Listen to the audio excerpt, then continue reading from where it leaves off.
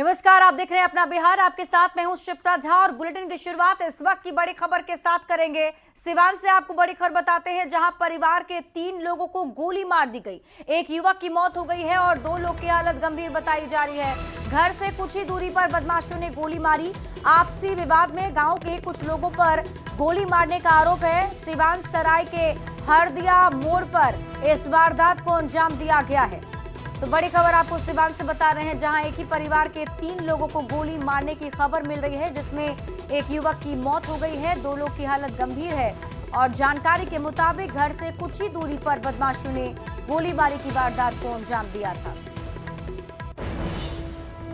सुपौल से आपको बड़ी खबर बताते हैं, जहां एमडीएम खाने से 30 से अधिक बच्चे बीमार हो गए और सभी बीमार बच्चे बीरपुर अस्पताल में भर्ती करा दिए गए हैं। दोपहर में खाने के बाद शाम में सबकी तबीयत बिगड़ गई। प्राथमिक विद्यालय रानीगंज के ये सभी बच्चे बताए जा रहे हैं, जिनकी तबीयत अचानक शाम में बिगड़ गई। बताया जा रहा है कि मिड डे मील बच्चों ने खाया था और उसके बाद शाम में बच्चों की तबीयत बिगड़ी है। सभी को हॉस्पिटल में एडमिट करा दिया गया है।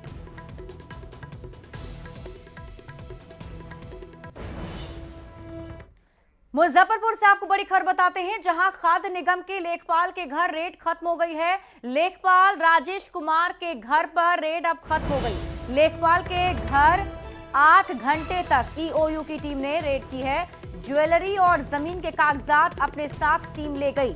मुजफ्फरपुर, हाजीपुर, पटना सहित 5 जगहों पर छापेमारी ईओयू की टीम कर रही थी, जिसमें बताया जा रहा है कि मुजफ्फरपुर में जो छापेमारी जारी थी वो अब खत्म हो चुकी है। करीब 8 घंटे तक ईओयू की टीम घर पर मौजूद थी। जांच चल रही है, अभी जा रहे हैं, आगे अग्रिम कार्रवाई की जाएगी। तो कितने घंटे तक जांच चली है सर? अभी सुबह हम लोग 8 बजे से रेड किए हैं, अभी आपको 4 बज रहा है। अभी तक के जांच में क्या कुछ सामने आया? पूरे बिहार में 5 जगह छापेमारी चल रही है। बड़ी खबर आपको मोतिहारी से बताते हैं, जहां साइबर पुलिस ने बॉस गैंग के 2 साइबर अपराधी को गिरफ्तार कर लिया है। पुलिस ने मोहम्मद जावेद और एसएसबी के जवान पंकज पांडे को गिरफ्तार किया। छापेमारी में गैंग के पास नोट, काउंटिंग की machine, bank chequebook, 14 bank chequebook और 11 पासबुक के साथ ही 10 एटीएम कार्ड के साथ 10,30,000 कैश भी जब्त किया गया है। साइबर अपराधियों के पास से एक राइफल और पिस्टल भी बरामद हुआ है। इस रैकेट में एक एसएसबी के जवान पंकज पांडे भी शामिल हैं, जिसने लाखों की ठगी की है। तीनों के जो विभिन्न ठिकानों पर अविनेश के all in one cyber cafe, Dayashankar के दुकान और उसका जहां पे वो अभी तत्काल रह रहे थे उनके फैमिली, वहां पे छापेमारी की गई और मोहम्मद जावेद की दुकान पे छापेमारी की गई। तो इन जगहों से नोट काउंटिंग की एक मशीन, एक laptop, DVR machine 2, bank chequebook 14, bank cheque 11, passbook 6, ATM card 10 और कुल नगद रुपए विभिन्न जगहों पर छापेमारी के दौरान 10,30,350 रुपये जब्त किए गए हैं। इसके अतिरिक्त एक राइफल, एक पिस्टल, जो कि आज ही पंकज पांडे जी के जो एसएसबी के 47 बटालियन के हवलदार हैं, इनके घर पे छापेमारी के दरमियान ये बरामद हुआ।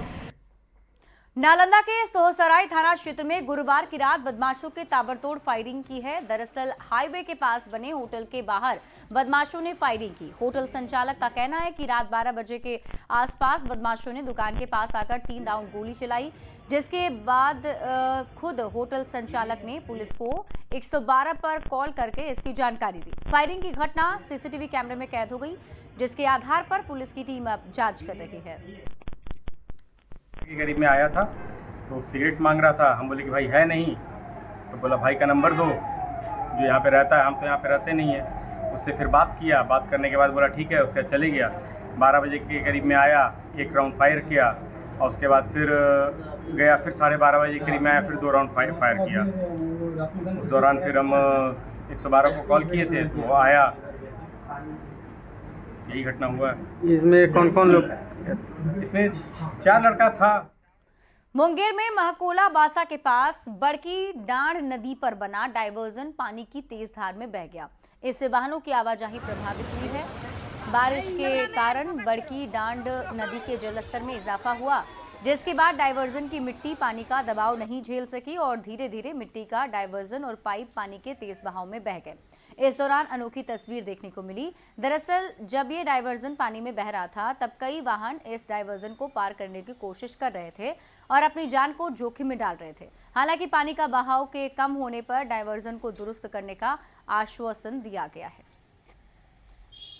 धीरे बन रहा है, 8 एक के मसाला देता है, धीरे धीरे बन रहा है। 4 एक के मसाला देता है तब न रोज पिलर खड़ा होता है। 8 एक के देता है, 4 रोज 8 रोज 10 रोज उसको सूखने में लगता है, तब फिर बनाता है। बिहार में मतदाताओं के सत्यापन को लेकर निर्वाचन आयोग के फैसले पर सियासत गर्माती जारी है। एनडीए का कहना है कि महागठबंधन की चुनाव में हार तय है, इसलिए वो इस तरह के सवाल उठा रहे हैं। फर्जी वोटर हटेंगे तो महागठबंधन को नुकसान होगा। तो महागठबंधन का सवाल है कि निर्वाचन आयोग चुनाव से पहले मतदाताओं का सत्यापन क्यों करा रही है। ये गरीबों से उनका मताधिकार छीनने वाली बात है। पर सवाल उठाकर तेजस्वी यादव जी अभी से अपनी संभावित हार का बहाना खोज रहे हैं। थोड़ा पढ़ लिख लिए होते तो बातों को समझने में उन्हें आसानी होती। मतदाता सूची का पुनरीक्षण करना, सत्यापन करना, अवैध नामों को हटाना, ये सब चुनाव आयोग का प्राथमिक कर्तव्य है। चुनाव आयोग द्वारा वोटर लिस्ट को चुनाव के पूर्व अपडेट करना एक सामान्य और पारंपरिक प्रक्रिया है। बिहार चुनाव के पहले चुनाव आयोग द्वारा इसका पालन करने पर विपक्षी दलों को मिर्ची क्यों लग रही है? वह भ्रम फैला रहे हैं कि वह एनआरसी जैसा है, जबकि इसकी प्रबल संभावना है कि बहुत से घुसपैठियों ने गलत कागजात के बल पर वोटर लिस्ट में अपना नाम जुड़वा लिया है। तो जिस तरह से चुनाव आयोग सवालों के घेरे में है, श्री राहुल गांधी जी ने भी सवाल उठाए महाराष्ट्र में फर्जी वोटर को जोड़ने का मामला था, तो उसी तरह से जब बिहार में चुनाव हैं तो वोटर के रिवीजन की बात चुनाव आयोग कर रही है। ये अब कैसे संभव हो सकता है कि कहने के लिए उसी ईवीएम मशीन से जब जीत हो जाती है तो ईवीएम मशीन सही हो जाता है, और जब हार हो जाती है तो कहते हैं ईवीएम कार्ड पर ठीकरा फोड़ते हैं। इसलिए पहले अभी ईवीएम से पहले अपना ये वोटर के लिए हाई तवा मचा रहा है।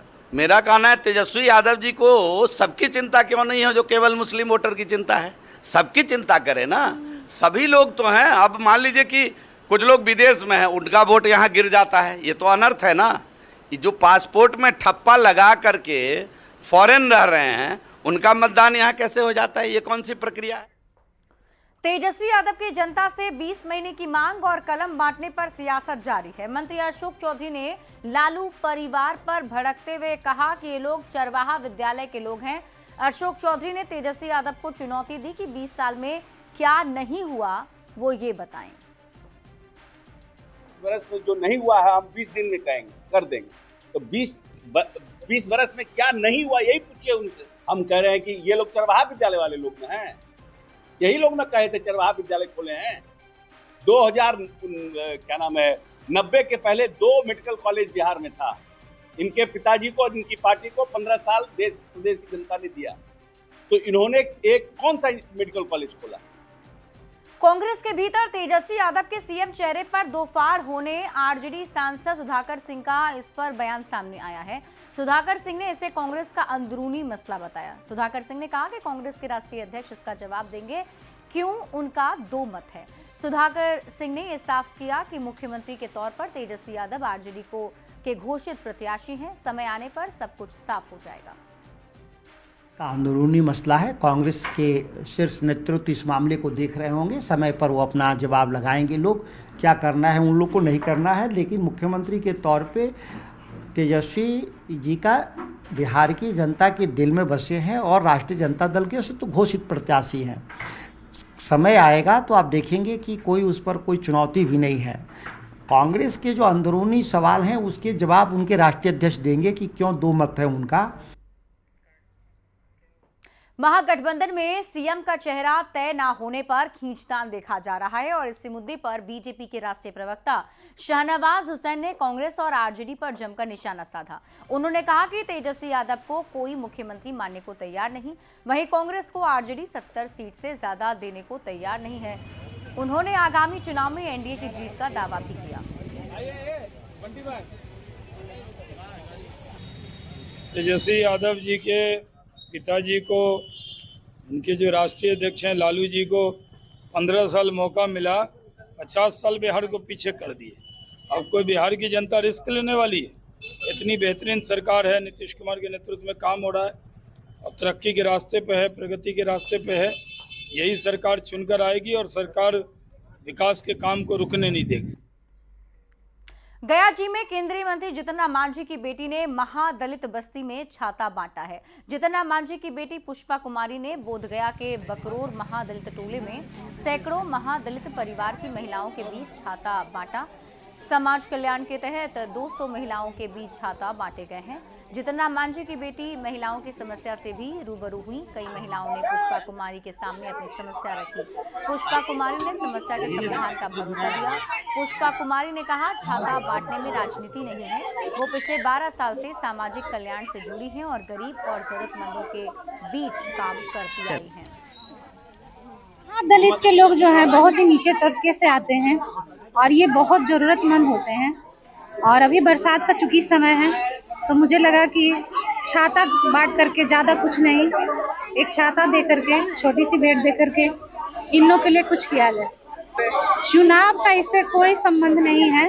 मैं पिछले 12 सालों से समाज कल्याण में हूँ और ये जो कार्यक्रम है समाज कल्याण के अंतर्गत आता है। मैं समाज की सेवा करना चाहती हूँ और यहाँ पे जितना भी छाता बांटा गया वो समाज कल्याण के पर्पज से बांटा गया। देखिए, साइबर अपराध दुनिया की सबसे बड़ी जटिल समस्या बनकर उभरी है। साइबर अपराध को रोकने और तकनीकी समाधान के लिए MHA के निर्देश पर आर्थिक अपराध इकाई में साइबर हैकथॉन 2025 का आयोजन किया गया। इस आयोजन का मकसद है युवाओं में तकनीकी कौशल को प्रोत्साहित करना। इसका आयोजन CDAC पटना के सहयोग से किया गया था।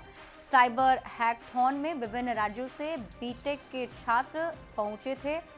साइबर हैकथॉन में साइबर अपराधों से संबंधित समस्याओं के तकनीकी समाधान करने और शिकायत के तत्काल हल के लिए डिजिटल टूल विकसित किए गए, जिसका मूल्यांकन CDAC की टीम के साथ ही EOU साइबर यूनिट के DIG संजय कुमार और उनकी टीम ने किया है।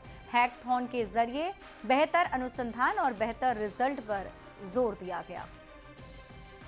काफ़ी विस्तृत होता जा रहा है दिनानुदिन और इसमें कई तरीके की समस्याएं अनुसंधान में आ रही हैं। तो इस सभी को समाधान के लिए कैसे हम लोग टेक्नोलॉजी का यूज करके उनका समाधान कर सकें, इसके लिए हम लोगों ने यूँ से फ्लोट किया था कि मतलब प्रॉब्लम स्टेटमेंट जो आते हैं वो आए। जो हैकेथॉन होता है वो डोमेन एक्सपर्ट और जो टेक्नोलॉजिस्ट हैं उनका एक समन्वय होता है।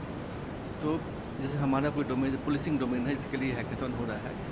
पुलिस के बहुत से चैलेंजिंग प्रॉब्लम्स हैं, उन प्रॉब्लम्स को पहले तो आइडेंटिफाई करना है, आइडिएट करना है, उनको समझना है, प्रॉब्लम में कन्वर्ट करना है, सॉल्यूशन बिल्ड करना है। और अब बात भगवान जगन्नाथ की। पटना के इस्कॉन मंदिर से भगवान जगन्नाथ की रथ यात्रा भव्य तरीके से निकाली गई। फूलों से सजे रथ पर भगवान जगन्नाथ अपने भाई बहन के साथ विराजमान थे और उनके भक्त नाचते झूमते उनके रथ को खींचते नजर आए। साल में एक दिन भगवान जगन्नाथ अपने मंदिर से निकलकर अपने भक्तों को दर्शन देते हैं। यही वजह है कि उनके भक्तों को भी उनके दर्शन का इंतजार रहता है। भगवान जगन्नाथ की रथ यात्रा से न्यूज़ 18 संवाददाता विनीता मिश्रा की ये रिपोर्ट देखिए। भगवान जगन्नाथ अपने भक्तों को दर्शन देने आज मंदिर से बाहर निकले हैं। उनकी रथ यात्रा में शामिल उनके भक्त नाचते झूमते नजर आ रहे हैं। राजधानी पटना की खूबसूरत तस्वीर यहाँ साफ तौर पर देखी जा सकती है। इस्कॉन मंदिर से भगवान जगन्नाथ की रथ यात्रा निकली है और उनके भक्त हरे कृष्णा हरे रामा के बोल पर भगवान जगन्नाथ की भक्ति में यहाँ लीन नजर आ रहे हैं, क्योंकि दिन बहुत खास है। भगवान जगन्नाथ साल में सिर्फ एक ही दिन अपने भक्तों को दर्शन देने मंदिर से बाहर आते हैं और कहते हैं कि आज जो भी उनके रथ को खींचता है उन्हें मोक्ष की प्राप्ति होती है।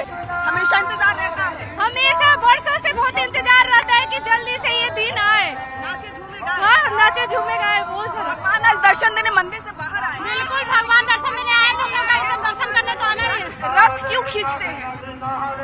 रथ क्यों खींचते हैं? भगवान को पूरा शहर घुमाते हैं हम लोग, भक्तों से दर्शन करवाना और उसी खुशी में नाचते झूमते। बिल्कुल उसी खुशी में भगवान मंदिर से बाहर आए हैं, उसके मौके पर खुशी मनाते हुए नजर आ रहे हैं। हरे कृष्णा हरे रामा के बोल से पूरा वातावरण गुंजयमान हो चला है।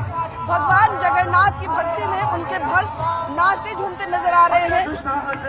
दिन खास है और उसके मद्देनजर जो तस्वीर है वो भी खास नजर आ रही है। भगवान जगन्नाथ आगे आगे यहाँ चल रहे हैं और उनसे आगे उनके भक्त सड़क की सफाई करते हुए, फूलों की बारिश करते हुए जगन्नाथ रथ यात्रा में शामिल हो रहे हैं। और हर साल बड़े ही धूमधाम से पटना के इस्कॉन मंदिर में जगन्नाथ भगवान की रथ यात्रा निकाली जाती है और आज भी भगवान जगन्नाथ की रथ यात्रा पटना से निकाली गई है। कैमरामैन अजय दुबे के साथ विनीता मिश्रा, न्यूज़ 18 पटना।